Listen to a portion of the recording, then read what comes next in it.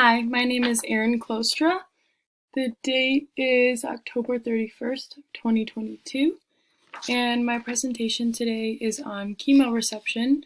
This is the senses of taste and smell.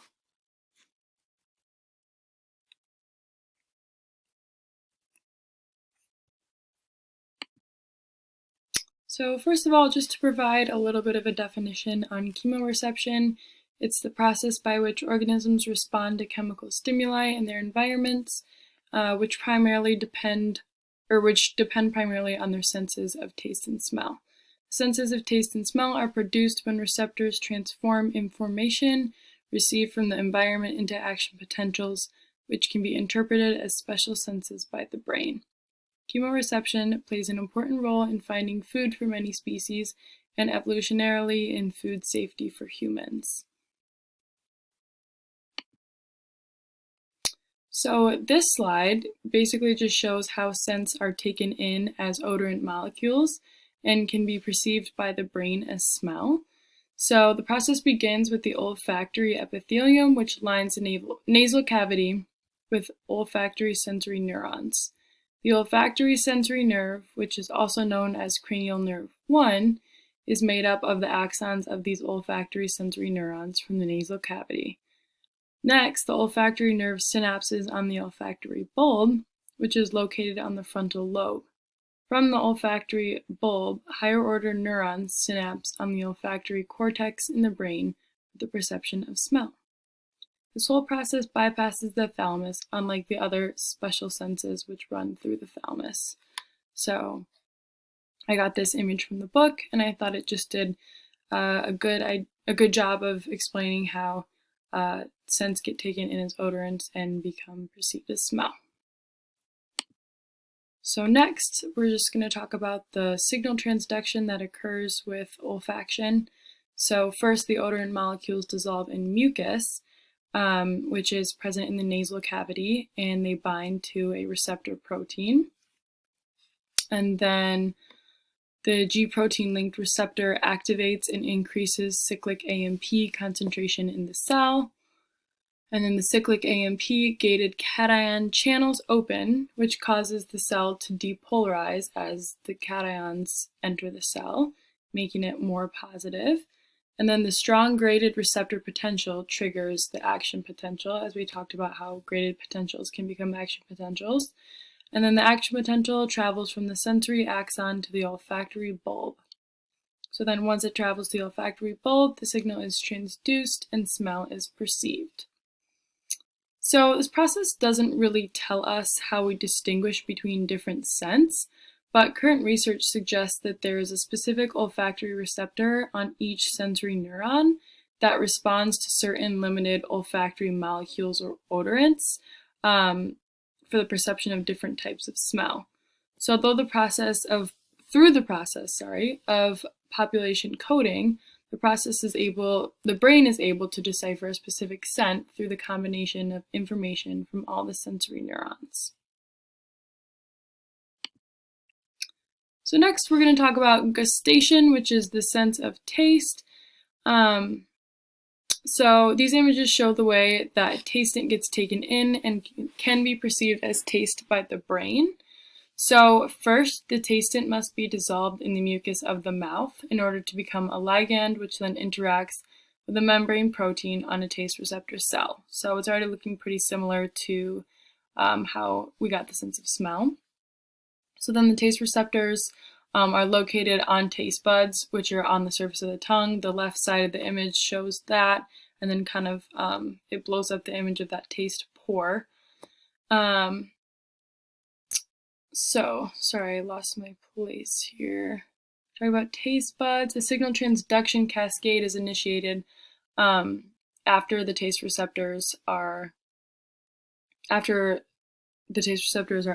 from this taste bud. So then the signal transduction cascade is initiated to release the chemical messengers from the taste receptor cell.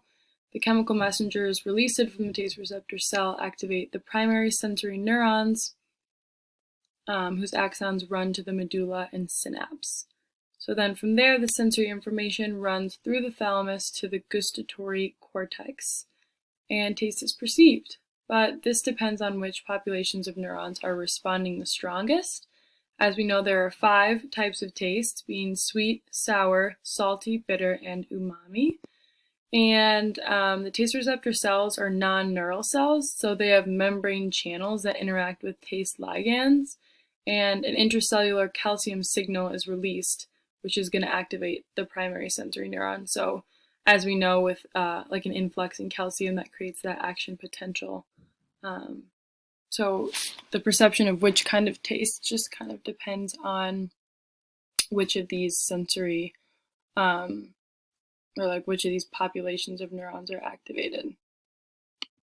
So then this slide shows the signal transduction, which allows the chemical signals to be perceived as taste. So first, we have the ligands activating the taste cell, and as we know, they had to be dissolved in that mucus of the mouth, and intracellular pathways are then activated. And then there's a calcium signal in the cytoplasm which triggers exocytosis or ATP formation. And then the neurotransmitter or the ATP is released. And then the primary sensory neuron fires and the action potential is sent to the brain. And then the signal is transduced and taste is perceived. So, as I said before, there are currently 5 recognized tastants. Each one is recognized by a physiological process that involves the presence of specific ions or organic molecules. So the book talked a little bit about how like certain bitter tastes or salty tastes might have like a lot of sodium ions, or like I think it said chlorine ions. I can't remember all the specifics, but those are some of the ways tastants are categorized into those different taste categories. So though the process of transduction is a bit different for each tastant, that's why this is like a bit more vague as a pathway than the smell one was, the following steps kind of generally summarize that process.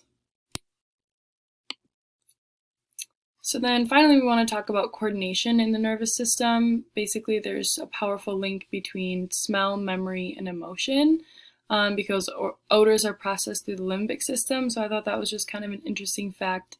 I think a lot of people can relate to that. When you smell like the smell of a pine tree, it might make you think of Christmas and bring like memories and emotions along with that. And then also I found that senses of taste and smell converge to give us flavor of food. So as everyone can kind of relate to, food tastes differently when smell is impaired. Like when you have a cold, you notice you can't really taste your food that well.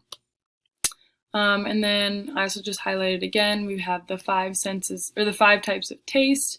And since we taste and smell through the same airway, the tastes, when combined with smell, produce what we call flavor. So the olfactory and gustatory sensory information is processed simultaneously in the brain, so the 2 experiences are highly linked when eating. And there's something called retronasal olfaction, which is the perception of flavor emanating from the oral cavity during eating and drinking, and it's a key component of flavor. It's when smell arises inside the mouth, when the epithelium is stimulated upon exhalation, rather than when smell is coming like from the nostrils. And basically the importance of this is that a decrease in retronasal olfaction can be linked with a decrease in quality of life. I think most people can relate to the fact that food can bring like pleasure into someone's life, and it's an important part of living in general. And it's harder to eat, harder to have an appetite when you can't taste anything. So I found a study by James et al. That concluded that there was a link between decreased retronasal olfaction and decreased reported quality of life, just meaning that these people who can't really taste their food reported a lower quality of life. And the people studied in this study had the decreased retronasal olfaction due to chronic rhinosinusitis. So I thought that this connection just demonstrated the importance of food satisfaction, which is correlated with flavor. And without nervous system coordination through taste and smell, it'd be difficult for humans to enjoy food. So that is the end of the presentation. Here are my works cited. And this is the kind of study tool. I'm going to link this with the presentation.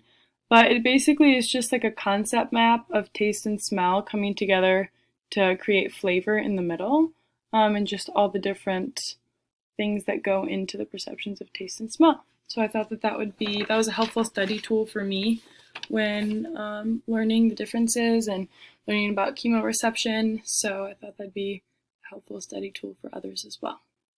Thank you.